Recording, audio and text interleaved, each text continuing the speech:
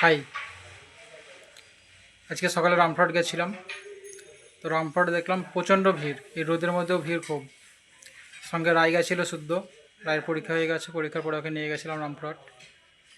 তো রামপুরহাটে ভয়ানক ভিড়। কিসের ভিড় না তো চৈত্র সেল চলছে কাপড়ের দোকান এবং শপিং মলে। সেখানে বন্ধুরা আমি না জন খাচ্ছি, এটা না মরার জন।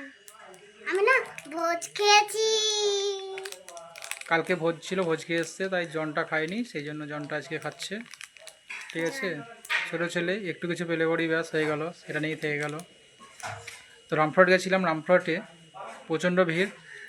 কাপড় এবং শু খুব কম দামে দিচ্ছে।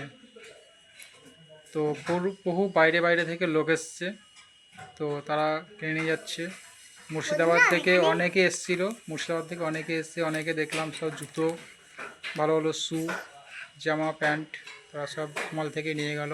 বন্ধুরা আমি না খানিক জনটা খেয়ে না দেখছি। হ্যাঁ বেশ, আমি রামপুরহাট থেকে এখনই এলাম, এই যে জাস্ট চান করলাম। এলাম কালকে ওকে, না আমরা খাওয়া দাওয়া করি। কালকে না আমরা জিও করতে গেছিলাম।